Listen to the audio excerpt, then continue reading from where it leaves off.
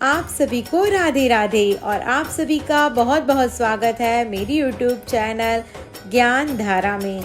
आज हम जानेंगे माँ पार्वती ने माँ गंगा को श्राप क्यों दिया था। तो आइए जानते हैं इस पौराणिक कथा के बारे में। शिव और शक्ति के संयोजन से ही हमारी यह प्रकृति चली आ रही है। वे दोनों एक दूसरे के अर्धांग हैं, एक दूसरे के बिना अपूर्ण भी हैं। जहाँ एक तरफ भगवान शिव अनादि के सृजन करता है, वहीं माता पार्वती प्रकृति का मूल स्वरूप है।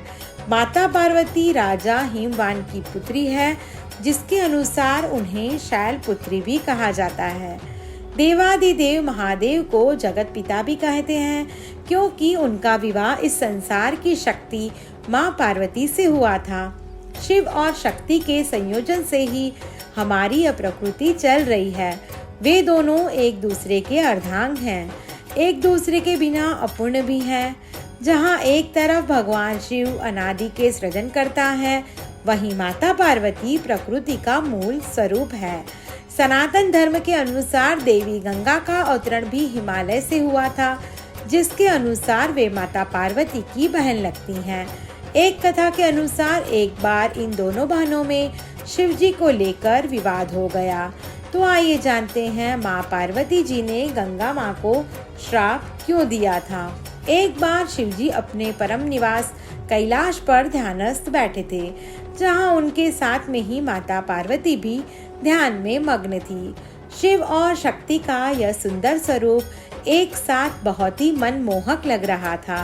ध्यान मग्न माता पार्वती और अपने प्रभु शिव जी की शोभा को उनके परम भक्त नंदी जी निहार रहे थे।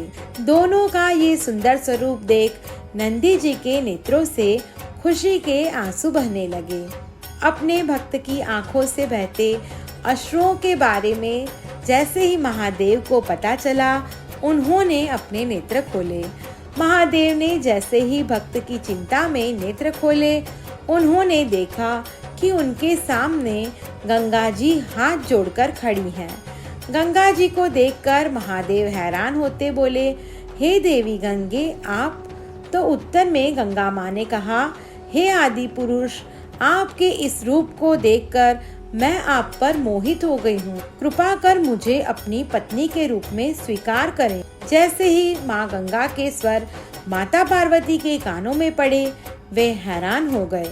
माँ गंगा की यह बात सुनकर उनके नेत्र लाल हो गए और क्रोधवश में वे बोल पड़ी, देवी गंगा सीमा न लांघिए, मत भूलिए महादेव हमारे पति हैं।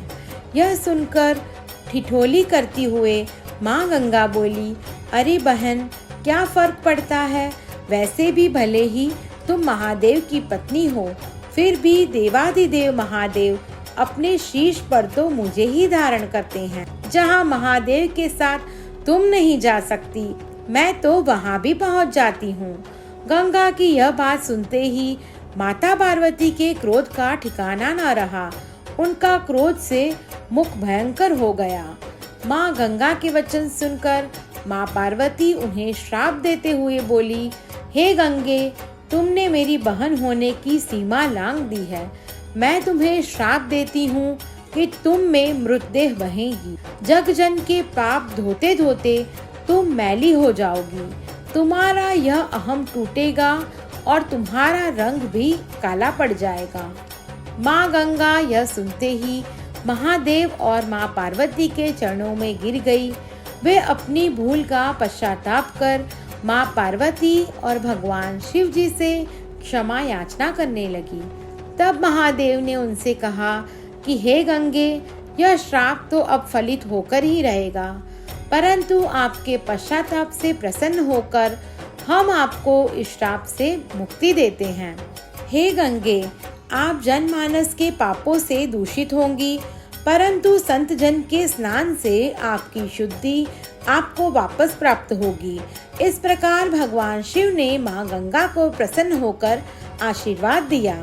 इसके बाद से ही गंगा में स्नान से पाप धुलने लगे। तब से ही लोग गंगा में स्नान करने के लिए दूर दूर से आते हैं और भूल चूक में हुए पापों से मुक्ति पाते हैं। आप सभी को मेरी ये वीडियो पसंद आई हो तो मेरा यूट्यूब चैनल ज्ञान धारा को लाइक, शेयर और सब्सक्राइब करना ना भूलें। धन्यवाद।